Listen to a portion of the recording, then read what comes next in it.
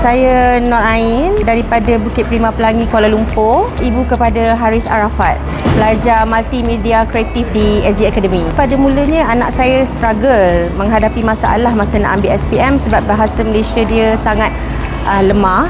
So dia agak depressed. So bila dia bagi tahu saya, dia kata dia tak nak ambil SPM. So saya masa tu pun buntu dan saya buat research kat mana nak bagi dia sambung belajar lah kan. Sebab dia tak nak ambil SPM sebab dia rasa macam dia tak boleh berjaya lah dan mana tak boleh lulus. Kemudian saya nampak SG Academy. Saya try tengok background college macam mana semua, and so far saya rasa yakin bila saya tengok Tan Sri Muhyiddin pun merasmikan SG Academy kan. Saya pun cuba call. Alhamdulillah semuanya dipermudahkan. Sekarang dia belajar di sana lah. Sebelum ni saya nampak dia macam murung, agak stres kan. Dengan SG Academy dia lebih ceria. Lepas tu dia enjoy belajar. Dah tak ada dah orang kata macam stres ni, tak ada. Saya nampak positive impact lah dekat dia bila belajar di SG Academy. Dia memang seorang yang selalu dengan komputer. Jadi itu memang bidang dia lah. Environment di sana is okay. Maknanya kawan-kawan pun okay. Tenaga pengajar pun bagus.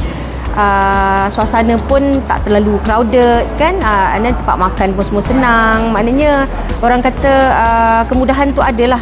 Facilities di SG Academy memang lengkap. Lepas tu saya tengok semua pun complete lah, komputer dari segi komputer ke, and then dia punya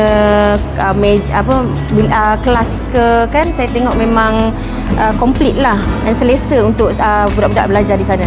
Sebagai ibu kan, of course lah saya nakkan anak saya berjaya dari segi dia punya akademik ataupun orang kata dengan apa saja yang dia ceburi lah.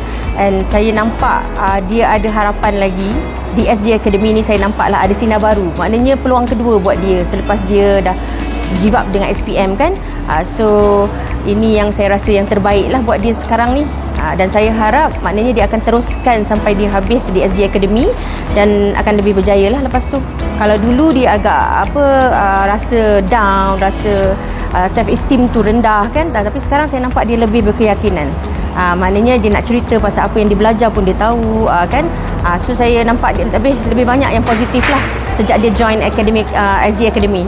So far setakat ni servis yang saya dapat daripada SG Academy memang terbaik. Staff pun baik-baik semua. Nasihat saya kepada ibu bapa yang dekat luar sana, jika ada anak-anak mereka yang dah give up dengan akademik di sekolah, kita ni adalah peluang yang terbaik lah. Maknanya daripada kita terus menghukum mereka sebab mereka tak pandai dalam akademik, kita patut cari alternatif lain untuk membantu mereka. Maknanya dari segi kemahiran lah.